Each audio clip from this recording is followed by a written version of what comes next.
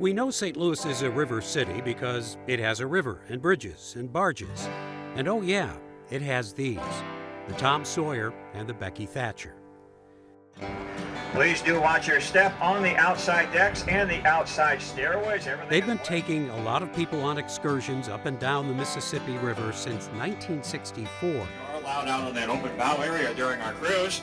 The first deck is also where you'll find the restroom facility. But like a lot of businesses dependent on tourism, the pandemic hit pretty hard. So the Bi-State Development Agency, which runs these boats, is looking to bounce back.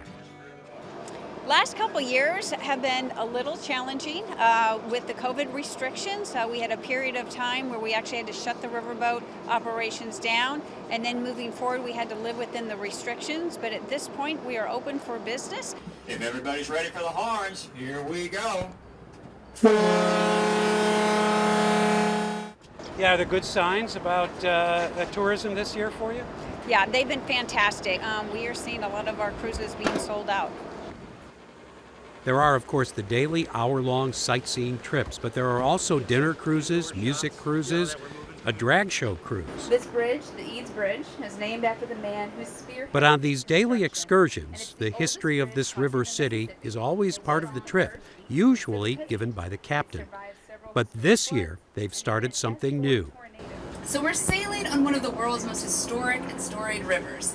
And St. Louis, a partnership with the Missouri Historical Society. So we are doing a takeover of the riverboats. So one Thursday a month, we're going to take over and we're going to tell new stories and kind of give some new, some fresh perspectives on the riverfront.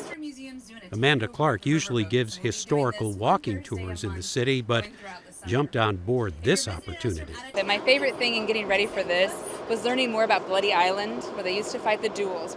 By the 1850s, dueling was very rare, as the rise of political parties actually made arguing in public more acceptable. The script that they were working with, which is wonderful, and it's a classic, and everybody's been doing it for a while, and I tried to find some new stories that would be relevant to newer audiences, stories about places like Brooklyn, Illinois, the first black town in the United States, or East St. Louis, and just kind of expand on some of those stories. A little more relevant for today's time? Correct. On these trips, you'll find locals and tourists. These are students from St. Louis on their 8th grade trip, which included, for many of them, their first trip up the Arch. And these folks, they're from Alaska. The boy was having surgery here the next day, and they wanted to stay busy, so they did the tourist thing. It's pretty amazing. I'm sad I don't have my older son because he's been doing a lot of this history. So to see the Lewis and Clark go by earlier, and we've been reading Tom Sawyer. The Tom Sawyer and Becky Thatcher are now actually a part of this river city's history.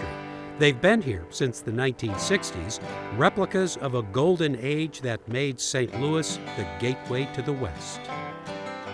There was a time when steamboats crowded the St. Louis levee, carrying cargo and people, settlers and immigrants.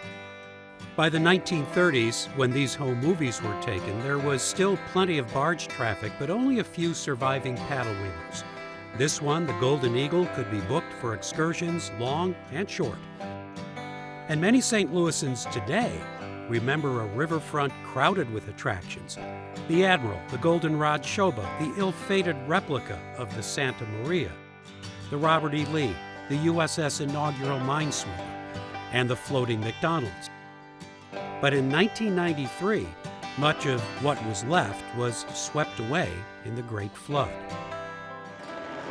Today, along with the helicopter tours, the Tom Sawyer and Becky Thatcher are survivors.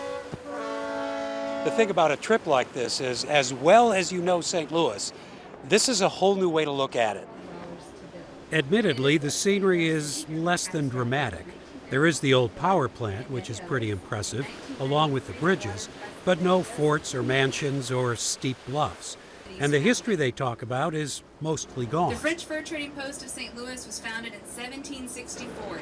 But when the captain takes the microphone, he does point out that the Mississippi River is still a pretty busy place.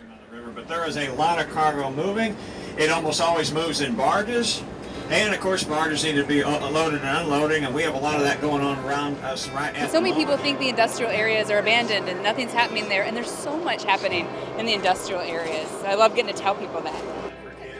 I think everyone in St. Louis, whether you grew up here or you didn't, I did not grow up in St. Louis, and I love coming down here because it gives you such an intimate view of the city, and you just get to understand where it came from.